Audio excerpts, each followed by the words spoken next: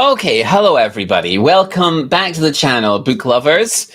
Today I'm delving into two short stories from the Sunset a Ch'ae Manshik reader collection. So two gems from Ch'ae Manshik. And this collection gathers several of his short stories and plays, all beautifully translated by the renowned Bruce and Ju-Chan Fulton. The Fultons have a long and distinguished career as translators of Korean literature, and their work includes must-reads like The Catcher in the Loft and One Left. Their translations are always insightful, bringing Korean stories to a global audience with clarity and depth. Now, Ch'ae Manshik himself is a fascinating figure. Born in 1902, he spent most of his life in Korea under Japanese rule. Growing up in the North Cholla province, he followed the path of many young Korean intellectuals of his time, traveling to Japan to attend university. Upon his return, Ch'ae embarked on a career as a writer, often using satire to critique life in Korea under the Japanese colonial rule. His keen observations and biting wit made him one of the most important literary voices of the era. Tragically, he passed away from tuberculosis in 1950 at just 48 years old. Despite his short life, Ch'ae was remarkably prolific, continuing to write until the end. This means his work spans the colonial period, liberation, and the chaotic years leading up to the Korean War.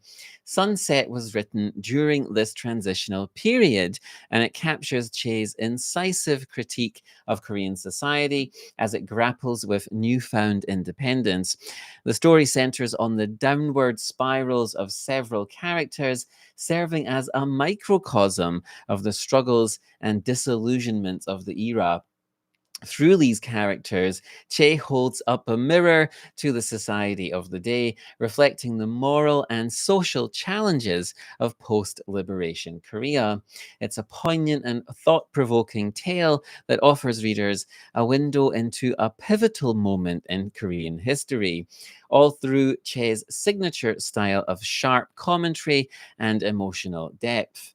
Ch'ae Manshik introduces us to a diverse cast of characters whose lives are profoundly shaped and, in many cases, completely upended by Korea's liberation from Japanese rule.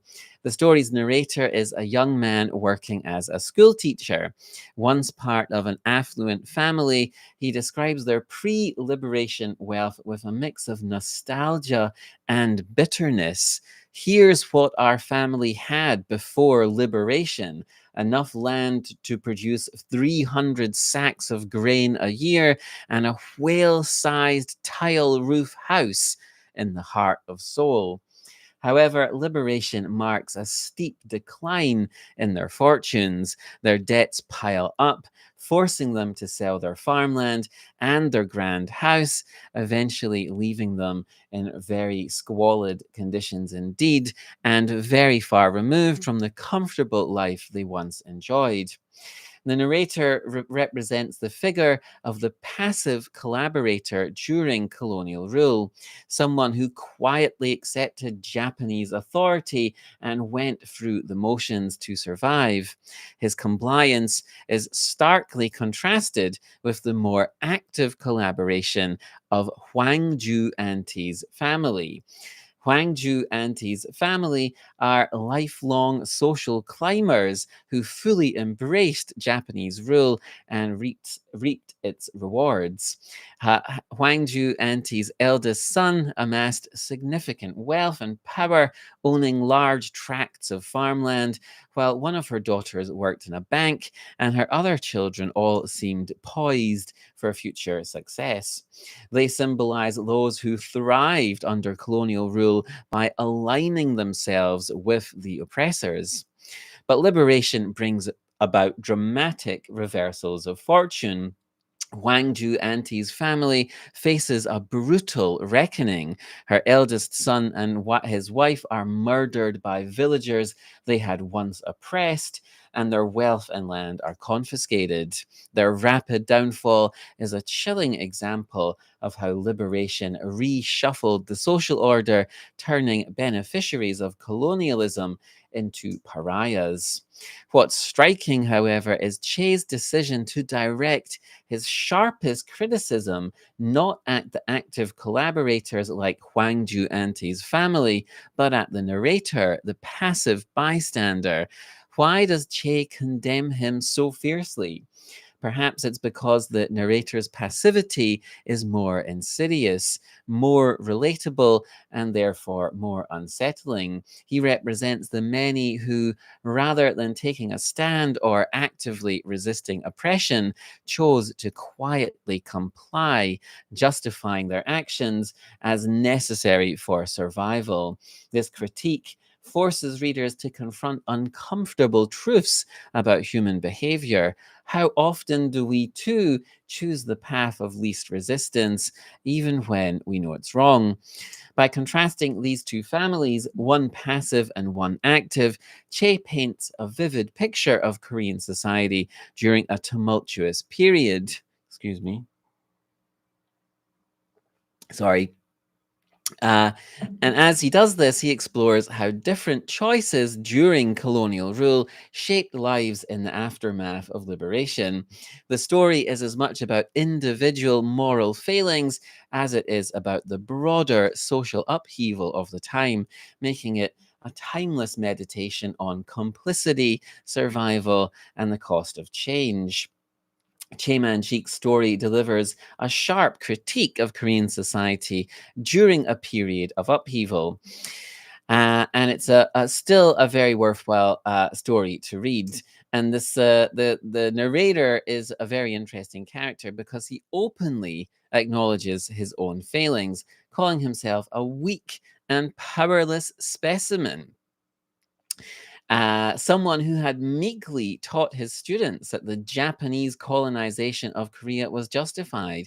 He even compelled them to abandon their Korean identity, forbidding them from speaking their native language and molding them to see themselves as Japanese.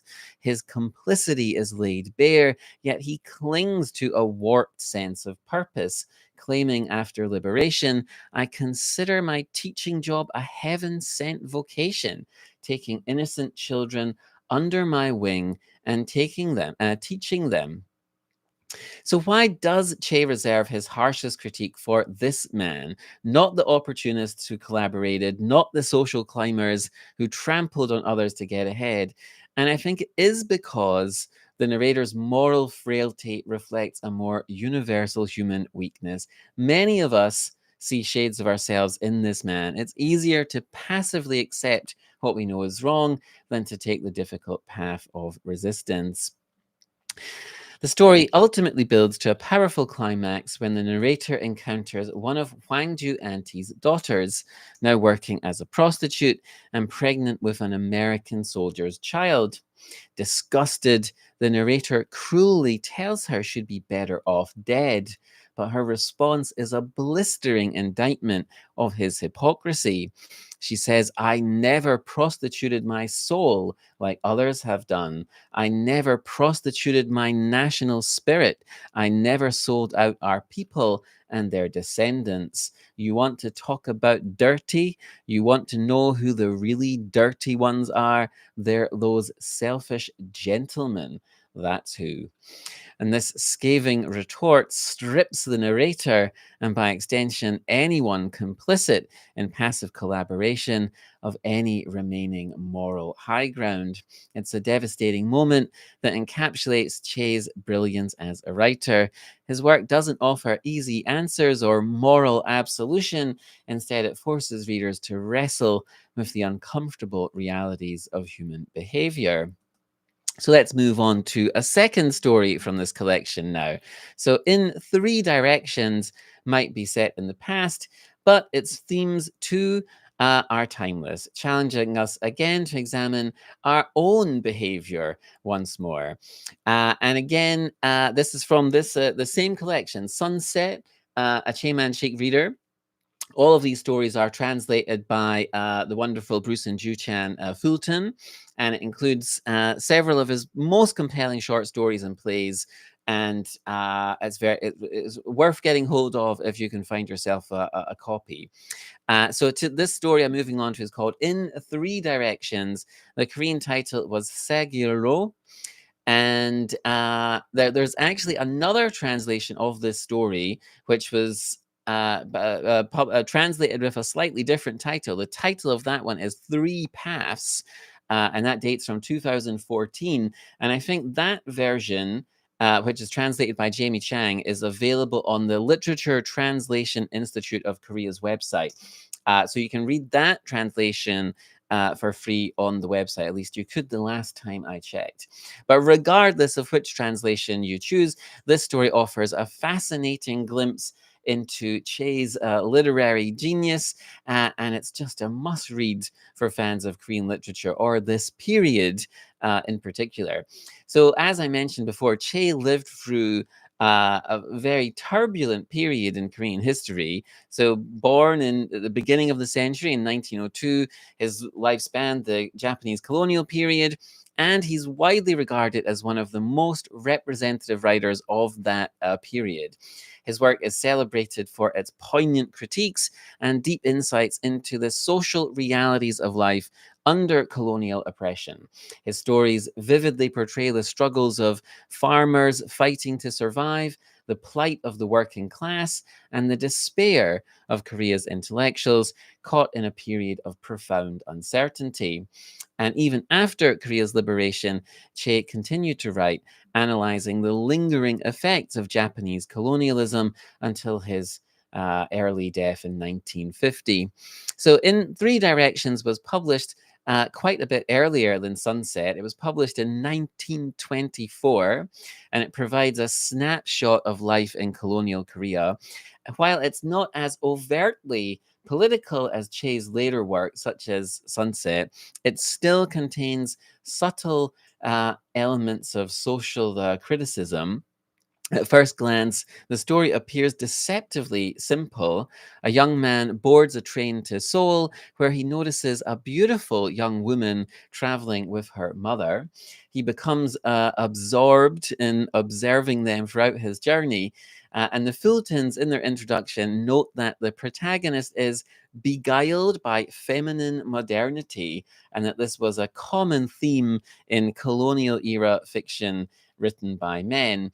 And the young man, our protagonist, he soon realizes that he has a rival for this young woman's attention. There is a fellow passenger, another young man, who is also trying to catch this young lady's eye.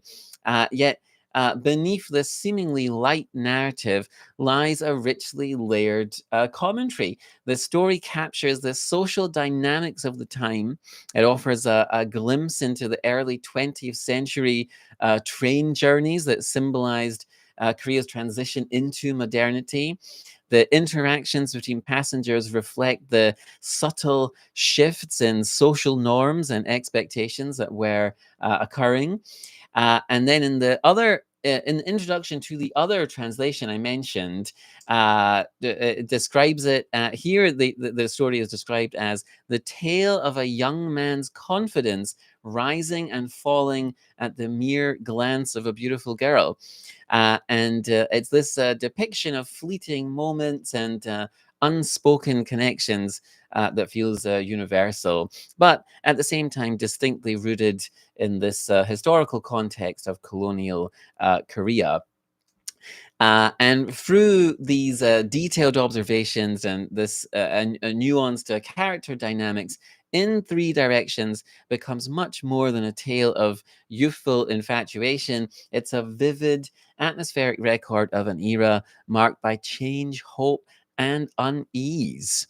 So I think the story has several strengths, and it's definitely a story that I think modern readers will enjoy reading. As I was reading the story, I was reminded of the 1939 American film Stagecoach, one of John Wayne's earliest film appearances, I think. directed by the legendary Western film director John Ford. And set in 1880, Stagecoach follows a group of passengers from a variety of different backgrounds, different social classes, sharing a stagecoach journey through the American West. And the stagecoach and its passengers here serve as a kind of a microcosm of American society at the time. And similarly, In Three Directions captures a snapshot of Korean society on the brink of change. The train in the story becomes a symbol of modernity, of Korean modernity, propelling Korea and these Korean passengers toward an uncertain but undoubtedly transformative future. The passengers themselves reflect the evolving social landscape, with their interactions hinting at the shifts taking place in gender roles and social norms. So, this young woman in the story in particular embodies this spirit of modernity, the changing role of women in society, and the evolving dynamics between men and women during this period. And the tone of the story brims with a mix of nervous excitement and anticipation, reflecting the tension of a society poised on the edge of dramatic change. One of the story's greatest strengths is just this evocative atmosphere. So Ch'ae transports readers onto that train, allowing us to imagine what it must have felt like to make that journey to Seoul 100 years ago. It's remarkable to think about. And these vivid descriptions, this immersive setting, make you almost hear the rhythmic clatter of the train wheels and feel just the charged energy of an era in flux. There is, however, one other significant political dimension to this story. When it was first published in 1924, it was subjected to censorship. At the time, all publications in Korea were scrutinized by Japanese censors, and anything deemed critical of Japanese policies or too controversial was removed. So something was cut from this story, but unfortunately, we don't have the full details. We do know that the story was published with 23 sentences removed, so quite a substantial chunk of text for a short story. And very, very sadly, this missing section has never been recovered. So that can only leave us to wonder and speculate about what made it so controversial. But by examining the text surrounding the cut, we can perhaps make an educated guess. So, for example, just before the censored section, the train makes a stop and a new passenger, a middle-aged woman with a Gyeongsang accent, boards the train.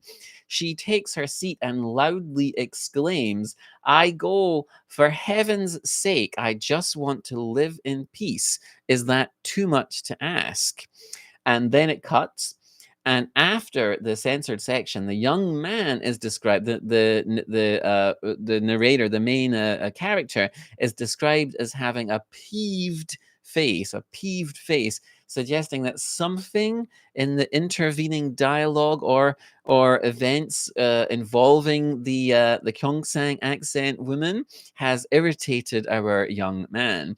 So from this, perhaps we can infer that the woman may have expressed anger or dissatisfaction or frustration about some kind of issue linked to her reason for traveling, and that whatever this grievance was, it seems to have been considered sensitive or critical enough of Japanese social policy to warrant removal by the censors. But anyway, despite this missing section, the story remains a fascinating and very atmospheric window into history. It captures the social tensions of the time with a significant degree of realism, even as it leaves us wondering about this missing section and what was cut out of the story. Both stories are fantastic. They're both very much worth reading. And so, yes, do pick up a copy of the Ch'ae Manshik reader if you can get hold of it. And thanks again for watching. Please let me know if you've read any Ch'ae Manshik stories. And take care. And I'll see you in the next video. All the best. Bye-bye.